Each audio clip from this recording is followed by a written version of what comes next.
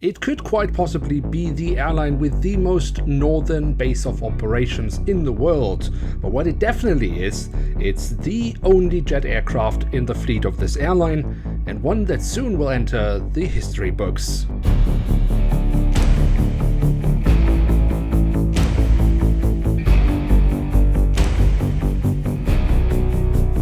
With that, hello and welcome to a new episode of Review, where we today will take a closer look at an Airbus A330-200 of Air Greenland. At the front of the box we have a lovely image of the aircraft in real life, underneath which we find the Air Greenland branding. Then on the back side of the box we have the same image once more. We have the original dimensions of the aircraft, we can see it is a limited edition, and some additional information. So that's it for the box. Let's take a closer look inside and at the aircraft model itself. And here she is, the Airbus A330-200 in the current standard livery of Air Greenland, from Herpa Wings, produced in 2004.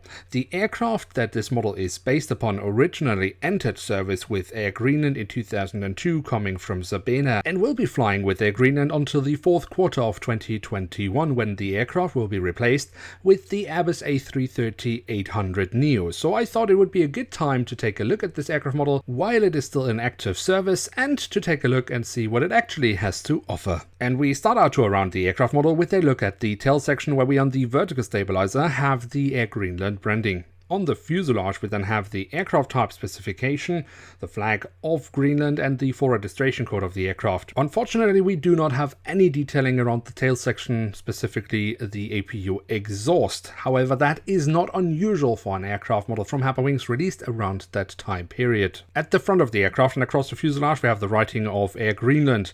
We do also have the name of the aircraft type specification, as well as the flag of Greenland once more.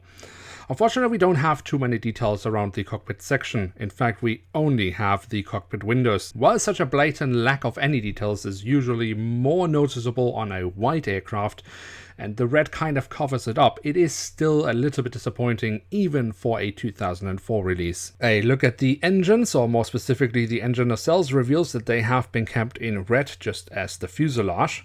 Here we find the silver leading edge printed on, as well as the Air Greenland branding. The physical detailing itself is actually rather okay. I mean, yes, it is not perhaps as good as more recent releases, but for 2004 I would say this is acceptable. Although looking into the engines, I wish Herpa would have chosen a darker grey tone for the fan blades instead of this bright metallic look. When we then take a look at the wings, we can see that Herpa has painted them in white. A nice, bright and clear white color. Something Herpa clearly struggles with today, but here they've actually managed to do so.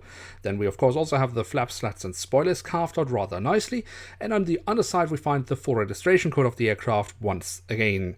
The wings of course also have winglets, which Herpa has also pulled off nicely, and also here added the Air Greenland red color to it. Then the darker grey tone that I wanted for the engine fan blades I have gotten on the landing gear, and I know that at the time this model was released this was very much discussed with Herpa Wings customers. Many didn't like it, which is why Herpa since has changed the coloring of the landing gear, and while it is a bit too dark compared to the real aircraft, I actually quite like the look here, perhaps just in combination with this livery, but overall I would say it actually looks rather decent. And then last but not least, we do also have the doors to the cargo compartments printed on here in the back of the aircraft, and here at the front of the aircraft. So there we have it, the Airbus A330-200 in the standard livery of Air Greenland from Herpa Wings in scale 1 to 500, and what can we say about this aircraft model? To be honest, this aircraft model lowers the bar quite a bit. The lack of details on this model is quite astounding.